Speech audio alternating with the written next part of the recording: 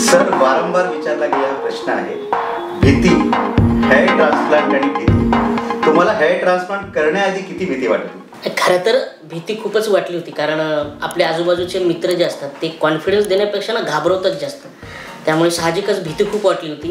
जेव्हा तुम्हाला भेटून मी गेलो तेव्हा एखादी मुलीला प्रपोज केल्यानंतर मुलगी किमान 8 ते 15 दिवस लावेल होकार किंवा नकार देण्यासाठी, पण मी होकार देण्यासाठी तब्बल महिना लावला होता. आणि त्याच्यावरूनच कळून येईल तुम्हाला की मला किती भीती वाटली होती. पण हां, जेव्हा इथे आलो आणि डॉक्टरांनी मला कन्सल्ट केलं तेव्हा मग माझा कॉन्फिडन्स वाढला की हां, करूयात, काय त्रास होईल ते बघूयात काय होते.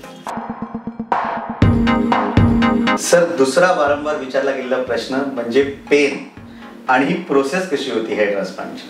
नाही, पेन तर जास्त पेन होत नाही, कारण पेन तुम्हाला खरं सांगू का, म्हणजे टॅटू करताना जेवढा पेन होतो ना बस तेवढाच पेन होतो. आणि असंही आयुष्यात खूप लोकांचा खूप त्रास असतो, खूप पेन असतो, त्याच्यापेक्षा तर हा कमीच आहे.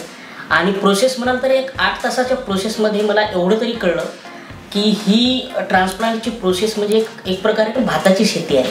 म्हणजे एका ठिकाणावर रोपटं काढून दुसऱ्या ठिकाणावर पेरणं.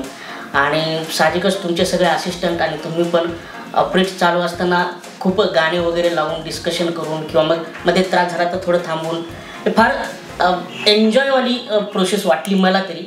आणि पेनचं तर बस टॅटू एवढंच पेन आहे, त्याच्यामुळे पेनचं काय तेवढं भीती घेण्याची गरज नाही असं मला वाटतं.